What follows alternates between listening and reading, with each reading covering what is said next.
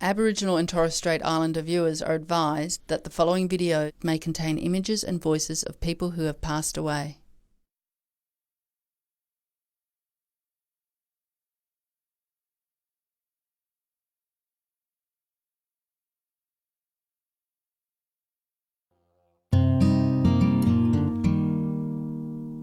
Some Aboriginal children are incredibly resilient. They have the ability to bounce back after repeated stresses and to keep smiling under chronic stress.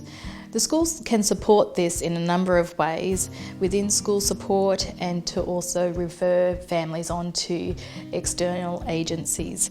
It's important to remember that even though the child may keep smiling, that they're under chronic stress and the school needs to be responsive to the child and the family's needs.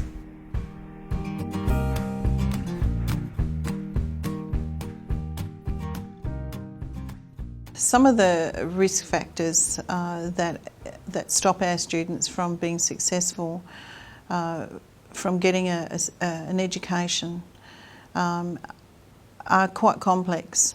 Families have already got issues themselves around a number of different influences that don't help them to settle well.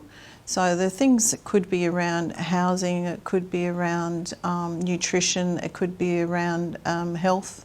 We have drugs, abuse, there's domestic violence, there's housing and such that, and their health that often influences the way that they think about whether they can be successful or not, or whether they can be a proud person and that sense of identity.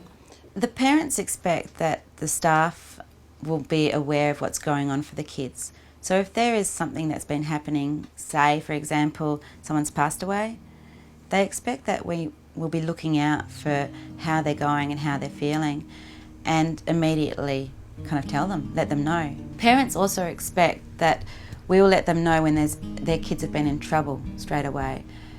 Usually a kid's in trouble because they're not feeling good, or there's something that's been happening, or there's something happening out in the community. I think it's really important because the school and the community in remote schools are so interlaced that what happens at school affects what happens in the community, and what happens in the community affects what happens at school. So communication between parents and staff are vital.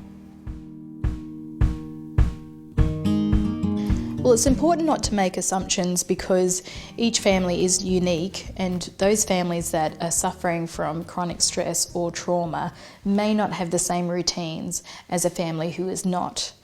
For instance, the child may not have had a good night's sleep, may not have had breakfast in the morning, and may actually not have a consistent routine for feeding, sleeping, eating as a non-traumatic family. That needs to be taken into account when supporting children, as their needs might be slightly different and the school needs to tailor its support to that family, whether it might be a breakfast program or it might be providing extra support to the parents so that they can get into a consistent routine. It might be a quick chat between the families, and the liaison officer might get involved in trying to establish a routine so that the child can come to school ready for the day.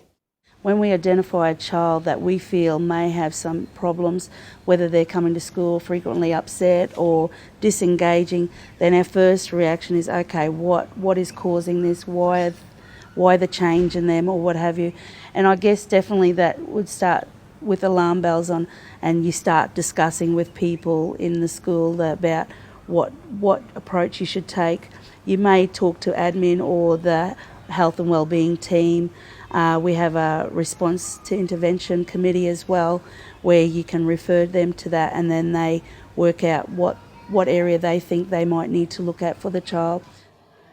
If we've noticed something about our kids being down, and whether it's, it's not just if it's not a learning disability, or it is, like they're struggling at school, they're angry, they're coming to school angry, overtired and all that, we do ask first if they're okay, if everything's all right, you know.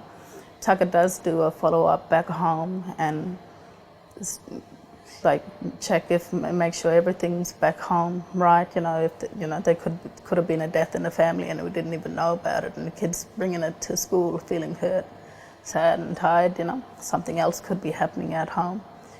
And if it's ongoing, like we do have a visit from a school site to come out.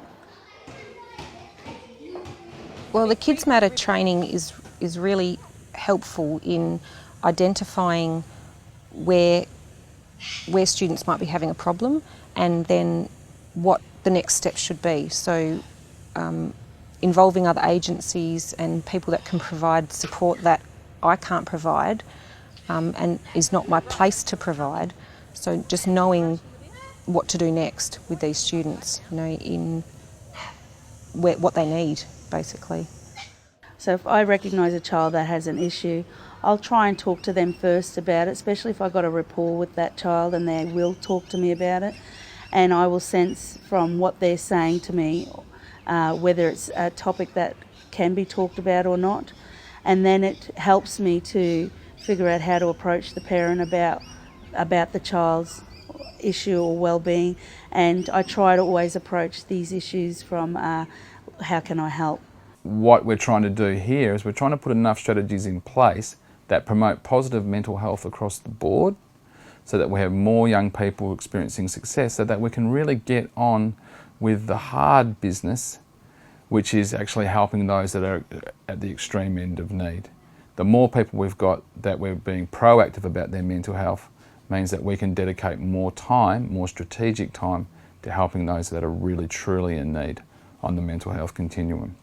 So it frees up the administration, the support providers, the school psychologists to do the kind of interventions and interagency work that some people do require.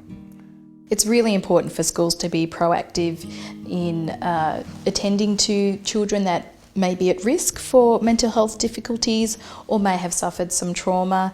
They need a referral process, a professional development for their staff to be able to detect these signs and symptoms, and the Kids Matter framework is a fantastic way of preventing these issues becoming long-term problems for children and their families.